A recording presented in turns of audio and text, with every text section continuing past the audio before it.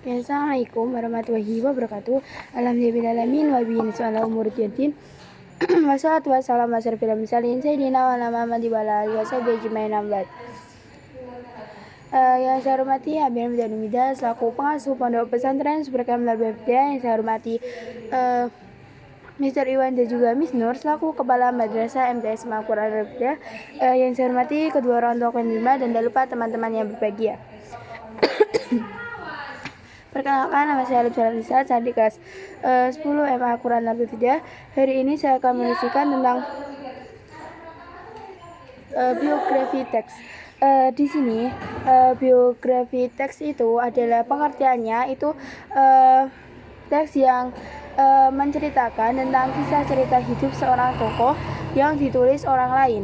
Tokoh yang ditulis itu adalah orang yang menginspirasi, seperti seorang pahlawan, ilmuwan, dan lain-lain. Jika ditulis diri sendiri, maka diri tokoh itu sendiri, maka disebut dengan teks autobiografi. Yang menulisnya itu adalah tokohnya sendiri. Terus ini ada ciri-cirinya. Yang pertama itu adalah memuat fakta atau berisi informasi yang nyata, tidak kayak seperti arang, hayalan, atau fiktif. Terus yang kedua itu berbentuk narasi, disajikan dalam bentuk cerita atau berurutan. Memiliki nilai teladan yang mengandung hikmah, motivasi, karakter, dan positif. Strukturnya itu ada orientasi. Yang pertama itu ada orientasi, yaitu pembukaan. Biasanya itu orientasi itu menceritakan tentang pengenalan tokoh tersebut, seperti contoh nama, tanggal, tempat lahir, latar belakangnya, kejadian penting atau masalah. Itu juga adalah peristiwa yang dilakukan, perjalanan penting, perjuangan, prestasi yang dicapai oleh tokoh. Yang terakhir adalah reorientasi atau biasa dengan disebut penutup.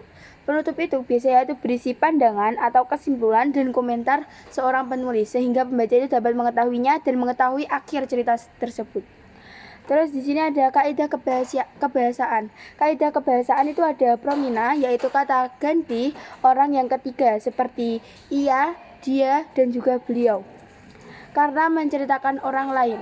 Kata kerja tindakan atau disebut dengan material adalah kata kerja aktivitas fisik tokoh yang biasanya dilakukan oleh tokoh. Kata sifat seperti kayak contohnya itu menulis, menggambar, dan juga apa yang dilakukan oleh tokoh tersebut. Terus ini adalah kata sifat atau adjektif yang menggambarkan karakter atau sifat tokoh. Seperti contohnya adalah sifat tokohnya itu adalah gigih, cerdas, dan pemberani. Itu adalah contohnya. Terus di sini ada kata hubung waktu yang contohnya itu adalah seperti urutan peristiwa, yaitu setelah itu, kemudian, dan terus yang terakhir itu ada kata kerja pasif. Kata kerja pasif itu adalah peristiwa yang dialami oleh tokoh. Jadi setelah peristiwa yang dialaminya, seperti kayak dia itu mempunyai prestasi yang diraih. Oke. Sekian presentasi dari saya. Mohon maaf apabila ada salah kata. Apabila taufiq wal hidayah. Wassalamualaikum warahmatullahi wabarakatuh.